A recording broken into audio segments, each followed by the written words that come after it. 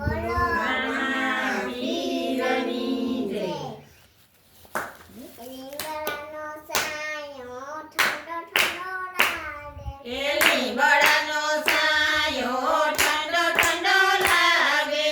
અહીંયા કૃષ્ણ ભગવાન આરામ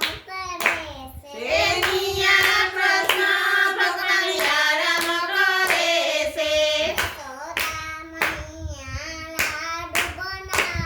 એ યશોદા